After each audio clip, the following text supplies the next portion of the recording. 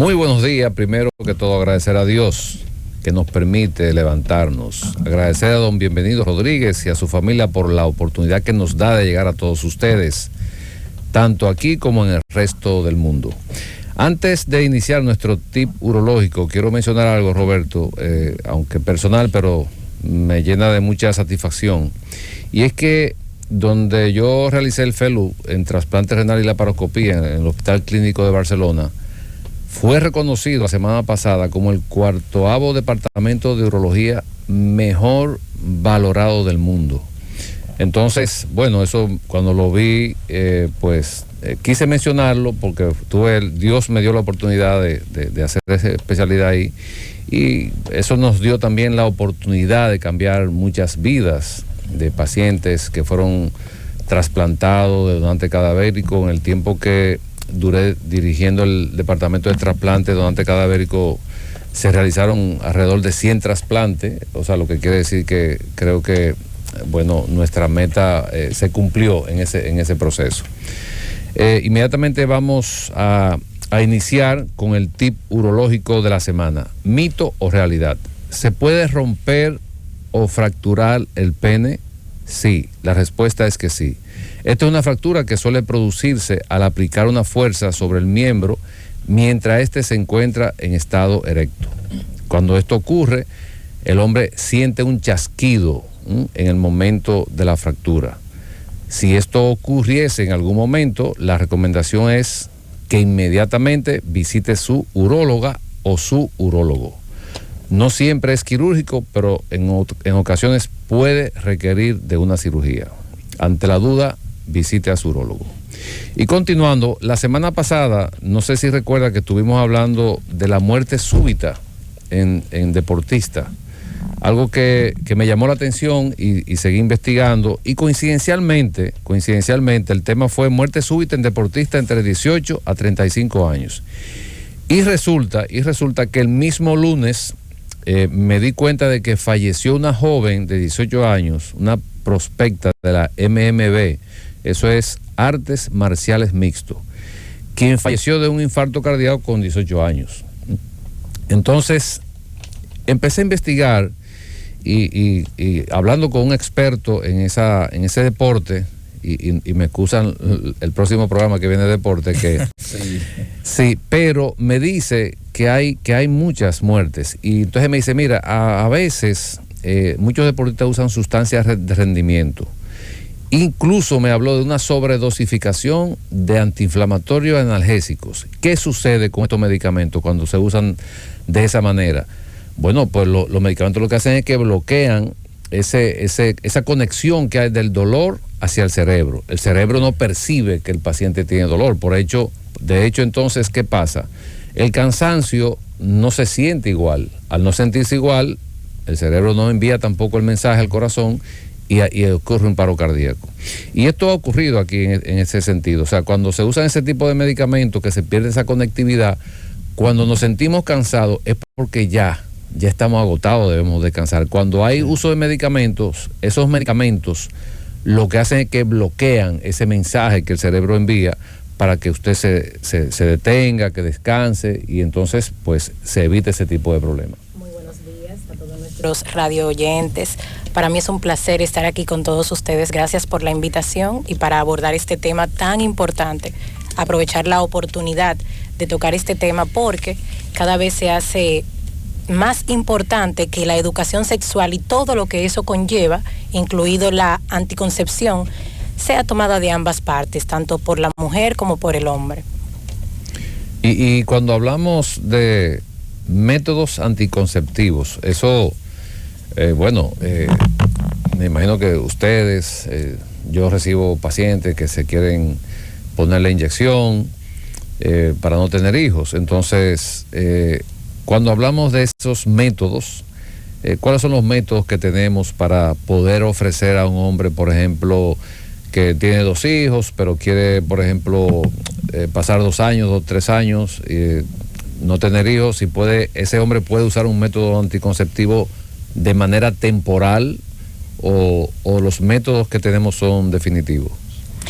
Bueno, hasta el momento, cuando hablamos de métodos anticonceptivos masculinos, solamente podemos mencionar con certeza que estén avalados 3 métodos, que es el preservativo o el condón, como comúnmente se le conoce. Tenemos lo que es la vasectomía, que es un método anticonceptivo quirúrgico, y la abstinencia sexual, que ella conlleva lo que es el coito interrumpido, pero que muchos de los pacientes no están de acuerdo con llevarlo. Pero hasta el momento estos son los 3 únicos métodos aceptados. Ok. Y por ejemplo, ¿qué le podríamos ofrecer a un paciente, por ejemplo, una vasectomía, y le decimos, bueno, vamos a hacer una vasectomía y vamos a hacer una reversión de la vasectomía en un X tiempo? ¿Se puede hacer eso? ¿Se le puede proponer eso a un paciente? Bien, yo entiendo que de inicio, como es un procedimiento quirúrgico que implica riesgos, se le puede proponer siempre y cuando el paciente esté de acuerdo y esté totalmente consciente de las implicaciones del procedimiento. Por eso, se le explica en qué consiste la vasectomía. La vasectomía no es más que un procedimiento quirúrgico de anticoncepción, la cual consiste en ligar y cortar los conductos deferentes, que son aquellos tubitos, para que la población me pueda entender, que transporta los espermatozoides desde los testículos hasta el exterior. Entonces, durante el procedimiento quirúrgico, que es la vasectomía, lo que hacemos es ligar y cortar dichos vasos. ¿Se puede revertir? Sí, se puede revertir en el tiempo que el paciente desee, pero haciendo siempre hincapié de que posterior a recanalizar o reconstruir lo que son las vías espermáticas, existe menos probabilidad de embarazar en un futuro. Esta probabilidad se estima que es de un 5 a un 75%. Ahora bien, esto hay que especificárselo al paciente, porque si el paciente decide hacerse la vasectomía porque tiene su pareja y él tiene ya paridad satisfecha, y posteriormente quiere revertir y quiere volver a concebir, pues tiene que entender que no es 100% seguro de que vuelva a tener otro hijo. Interesantísimo. Cuando se plantea el tema, a mí me hace mucha ilusión, porque inmediatamente hay preceptos que uno tiene que son cuestionables, y uno se imagina que también la audiencia va a tener esa idea. Métodos anticonceptivos en hombres. ¿Hay una pastilla? Una pregunta obligada que uno inmediatamente dice. ¿Y hay una pastilla para los hombres? Porque es uno de los métodos. ¿O hay un dispositivo que se inyecta en él? Porque los hombres saben cómo sus mujeres se planifican. Ahora me toca a mí. Hay una inyección para eso. Y estamos puntualizando que estos no son los mecanismos que nosotros estamos hablando. Usted está hablando de la abstinencia. Número 1, no tener relaciones sexuales. Bueno, sí, es más difícil. Pero Dema, yo no sé, porque yo escucho muchos hombres que dicen que se pusieron una inyección. Entonces, ¿a qué se refieren esos hombres con eso? Bueno, no. Actualmente no hay ningún método anticonceptivo, ya sea vía oral o inyección, que esté avalado por la Federación que permite la administración de fármacos y alimentos.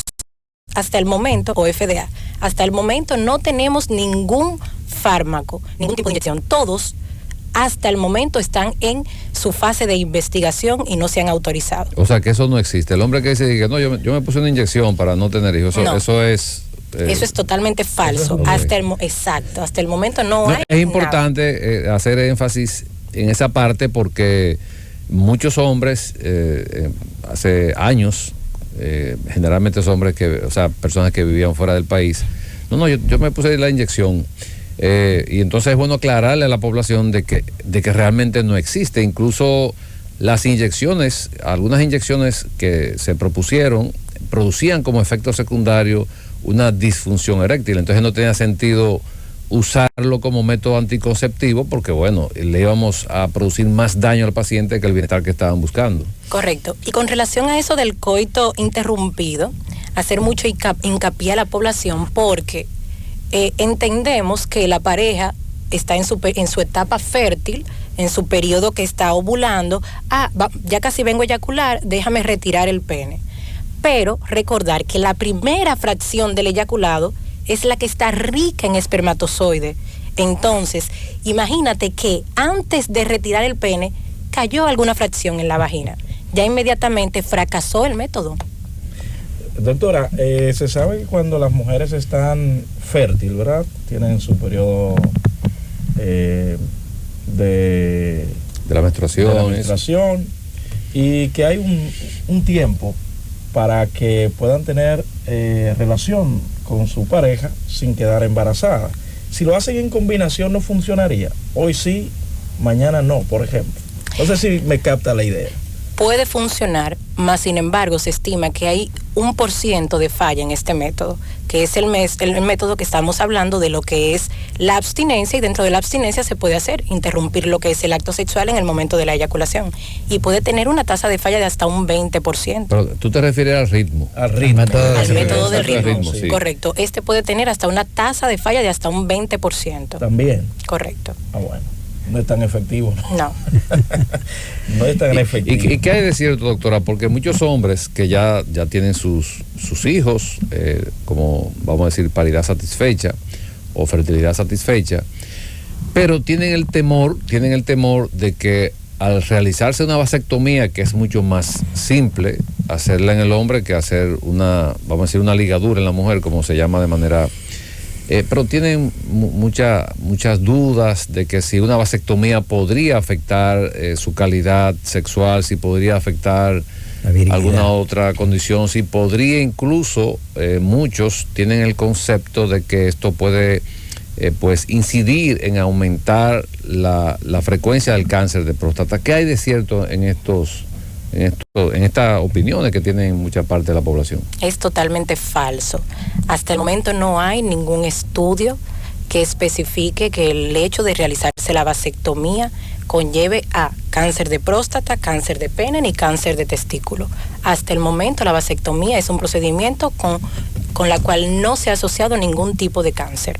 Y cuando nosotros entonces sometemos a un paciente a un procedimiento quirúrgico, estamos interrumpiendo ese porcentaje que trae los espermatozoides. ¿Qué tanto afectaría eso en el volumen del eyaculado, que parece ser importante para muchos de los pacientes que nosotros recibimos, doctor? ¿Y la cantidad? ¿Qué nos dice usted, doctor? No, el eyaculado, lo que el paciente puede observar, cuando interrumpimos los conductos deferentes, solamente estamos evitando que pasen los espermatozoides del testículo al exterior. Y en cuanto a volumen, esto solamente representa de un 1 a un 2%. Es decir, que el paciente ni siquiera va a notar la disminución en el volumen, porque es imposible. Esta fracción solamente se puede ver en microscopio. La primera es que él no tiene presión al eyacular, y la segunda es que tuvo un orgasmo sin eyaculación, que eso es bueno también diferenciarlo. Bien, ya cuando el paciente, hay que resaltar, bien, no es parte del tema que estamos hablando, pero está muy buena la pregunta. Ya cuando el paciente tiene alguna enfermedad prostática, aquel paciente que tiene por encima de 40 años, que estimamos que va a tener cierto crecimiento prostático, la próstata actúa haciendo presión de tal manera que cuando ocurre la eyaculación, puede sentir que viene, más sin embargo, hay un porcentaje que se devuelve hacia la vejiga. Eso le denominamos nosotros eyaculación retrógrada, y la van a sufrir ciertos pacientes que tengan aumento o crecimiento prostático benigno. En cuanto a la estimulación o un sueño erótico, sintió que eyaculó y no fue real, pues sí, es posible que ocurra. Muy bien. Ya. No, y es importante decir aquí que hay dos eventualidades en el acto sexual que es importante que nuestros radioyentes pues conozcan esto. Existe el orgasmo y existe la eyaculación. Son dos eventos. Usted puede tener un orgasmo sin eyacular y puede eyacular sin tener orgasmo. Entonces, esa sensación que usted siente en ese momento se llama orgasmo. Puede ser que sea seca, o sea, sin eyacular, o puede ser que sea eyaculando. Cuando se hace una cirugía de próstata, ya sea por el método tradicional, como usted explicó, me imagino que abierto, o una resección transuretral, siempre hay que explicarle al paciente que se va a alterar la eyaculación. La mayoría de los pacientes operados por un crecimiento de la próstata, sin importar el tipo de cirugía que se realice, van a tener eyaculación retrógrada, o sea, van a tener lo que llamamos una eyaculación seca. que fue lo que dije anteriormente, que es un orgasmo. Entonces, siempre es una información que yo siempre la tengo de primera línea para decir al paciente y a su pareja o al familiar: después de este procedimiento, usted no va a expulsar semen. Ahora, hay otros tratamientos que por eso han tomado tanta importancia en este momento, por ejemplo, como el Rezum, vapor de agua, que es, vamos a decir, de los últimos tratamientos que se está usando en el mundo, que sí permite preservar la eyaculación. Entonces, pero los otros tratamientos que se hacen, tanto la resección transuretral como la cirugía abierta, van a producir eyaculación retrógrada. Quiere decir que él no puede procrear. Algunos pacientes, en un porcentaje muy bajo, podrían mantener la eyaculación. Y esos pacientes sí pueden procrear hijos. Nos vamos a la pausa, regreso, continuamos en la receta médica de la Z. Llévatelo. La receta médica de la Z. Un país entra